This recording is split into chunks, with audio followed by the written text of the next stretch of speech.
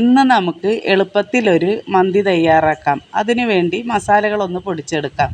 മല്ലി, ചെറിയ ജീരകം, തക്കോലം, ഏലക്ക, ഗ്രാമ്പു, കുരുമുളക്, പട്ട, ബേ ലീഫ്, മുളക് പൊടി, മഞ്ഞൾപ്പൊടി.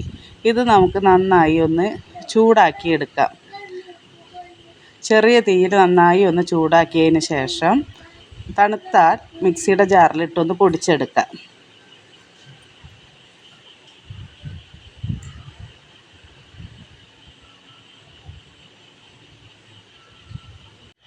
മന്തിയിലേക്കുള്ള ചിക്കൻ നമുക്ക് എയർ ഫ്രയറിൽ വെച്ച് ഒന്ന് ഗ്രില്ല് ചെയ്തെടുക്കുന്നത് എങ്ങനെയാണെന്ന് നോക്കാം.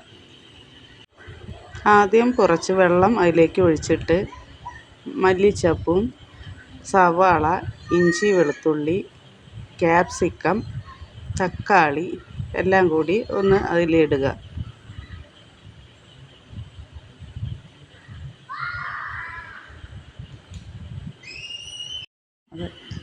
ഒരു ഫുൾ ചിക്കൻ എടുത്തിട്ടുണ്ട്. അപ്പോൾ ഇനി അതിലേക്ക് നമുക്ക് ഒരു 1.5 മാഗി ക്യൂബും കൂടിയും ആ വെള്ളത്തിൽ പൊടിച്ചിടാം. 1 ടീസ്പൂൺ കുരുമുളക് പൊടി, 1.5 ടീസ്പൂൺ മന്തി മസാല, 1/4 ടീസ്പൂൺ ചെറിയ ജീരകം,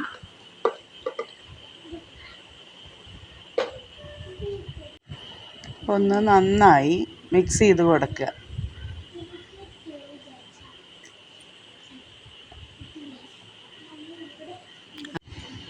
അതിലേക്ക് കുറച്ച് ഉപ്പ് ചേർത്ത് കൊടുക്കുക. സ്വല്പം സൺഫ്ലവർ ഓയിലും ഒഴിക്കുക.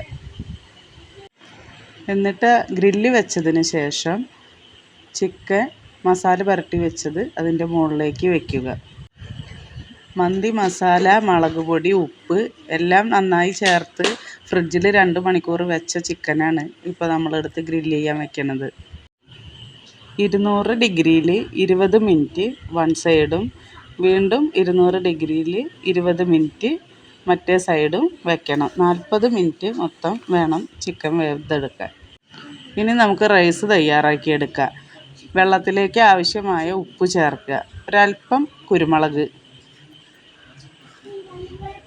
ഉണക്ക നാരങ്ങ, സൺഫ്ലവർ ഓയിൽ, ഒരല്പം വിനാഗിരി. വെള്ളം തിളച്ചതിന് ശേഷം റൈസ് ഇടുക.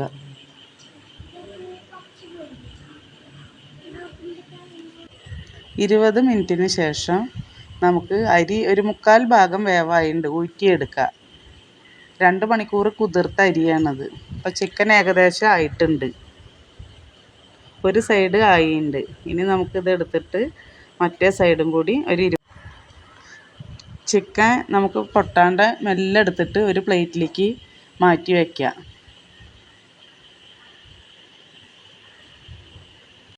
ഇനി നമുക്ക് ആ ചിക്കൻ്റെ ഗ്രേവി ഒരു അലുമിനിയം പാത്രത്തിലേക്ക് ഒഴിച്ചിട്ട് അതിന് മുകളിൽ റൈസ് ഇടാം.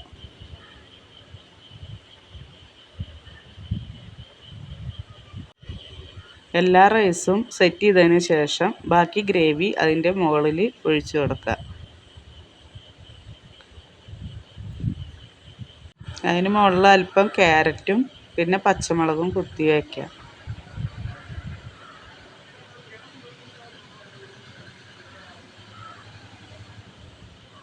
അതിന് ശേഷം നമ്മൾ ഗ്രില്ല് ചെയ്ത് വെച്ച ചിക്കൻ എടുത്ത് വയ്ക്കാം. അല്പം കണൽ ചൂടാക്കി അതിൽ വെച്ചിട്ട് നമുക്ക് നന്നായി അടച്ച് വയ്ക്കാം.